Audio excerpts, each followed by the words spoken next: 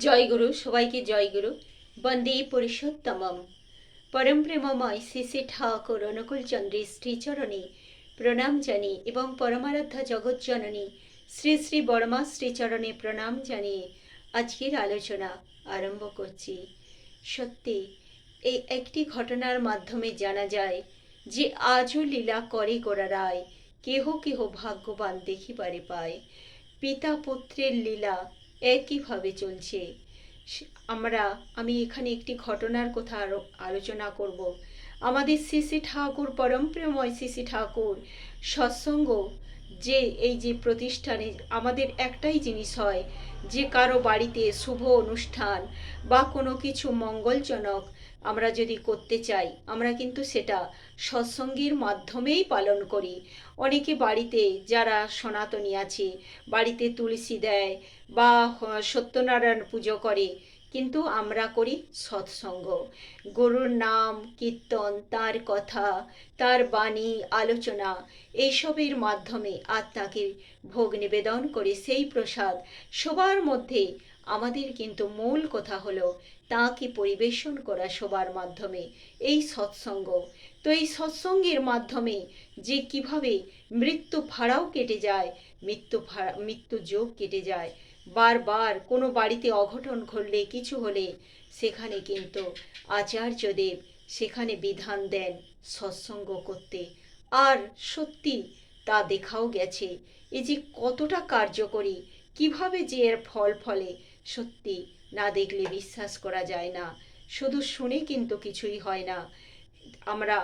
আমি দেখিনি, কিন্তু এই ঘটনাগুলো যে আমিও আমার জীবনে এই সৎসঙ্গের কথা আলোচনা করব পরবর্তী সময়ে। আজকে যে ঘটনাটি বলছি, সেই বাড়িতে এক মায়ের 2.5 বছর বয়সী এক সন্তান জলে ডুবে মারা যায়। তখন তারা খুব হতাশ হয়ে পড়ে, ভেঙে পড়ে।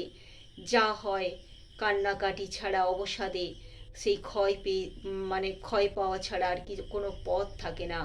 2.5 বছরের শিশু সন্তানকে হারায়। তো এগুলো একটা মৃত্যুযোগ ফাঁড়া থাকে, তারা বুঝতে পারে না। যাই হোক, তার পরবর্তী সময়ে তারা দীক্ষা নেয়। এই অবস্থায় যখন ওই শিশুটি মারা যায় হতাশ অবসাদগ্রস্ত জীবনে, তখন তারা দীক্ষা নেয় আমাদের পরম প্রেমময় শেষে ঠাকুর অনুকূল চন্দ্রে। দীক্ষা নেওয়ার পর তারপর কয়েক বছর পরে আবার একটি পুত্র সন্তানের জন্ম দেয় ওই মা। তারপর দেওঘর ধামে যায় তার কোষ্ঠী নিয়ে। সেখানে তখন সেই বর্তমান পূজ্যপাদ শ্রী শ্রী আচার্যদেবের তখন পিতৃদেব তিনি আছেন সশরীরে, তার কাছে নিবেদন করা হয়। তিনি তখন জ্যোতিষ তখন ছিলেন গুরুকিঙ্কর পাণ্ডে, তার কাছে পাঠান। তো তিনি সেই কোষ্ঠী বিচার করে দেখে বলেন, এই শিশুরও কিন্তু মৃত্যু ভাড়া আছে 5 বছর পর্যন্ত, 5 বছর বয়সের মধ্যে কিছু একটা হতে পারে। তো এই কথা বললেন।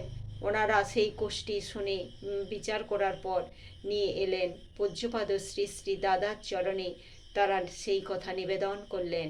তখন শ্রী শ্রী দাদা বললেন, ওই বাড়িতে প্রতি মাসে একটি করে সৎসঙ্গের ব্যবস্থা করবে। আর 5 বছর পর্যন্ত, যখন ওই শিশুটির বয়স 5 বছর হবে ততদিন পর্যন্ত প্রতি মাসে একটি করে সৎসঙ্গ দেবে। তো ওনারা সেই কথা শুনে বাড়ি ফিরে আসেন এবং এসে ওনারা কিন্তু সৎসঙ্গ শুরু করেন প্রতি মাসে। এই রকম করে করে 5 বছর পূর্ণ হয়, শিশুটির মৃত্যু ভাড়া কেটে যায়।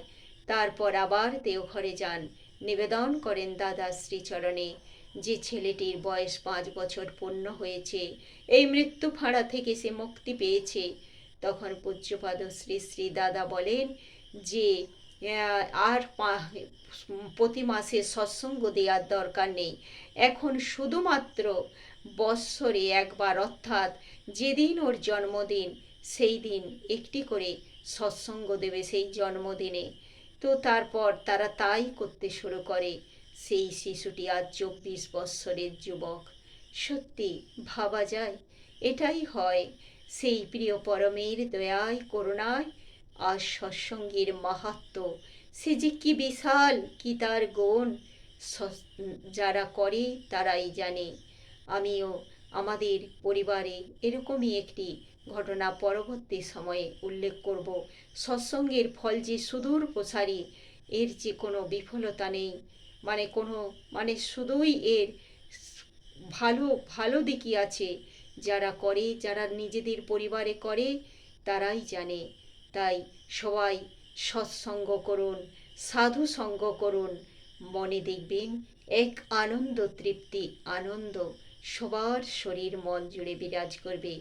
জয় গুরু, সবাইকে জয় গুরু। বন্দে পুরুষোত্তমম।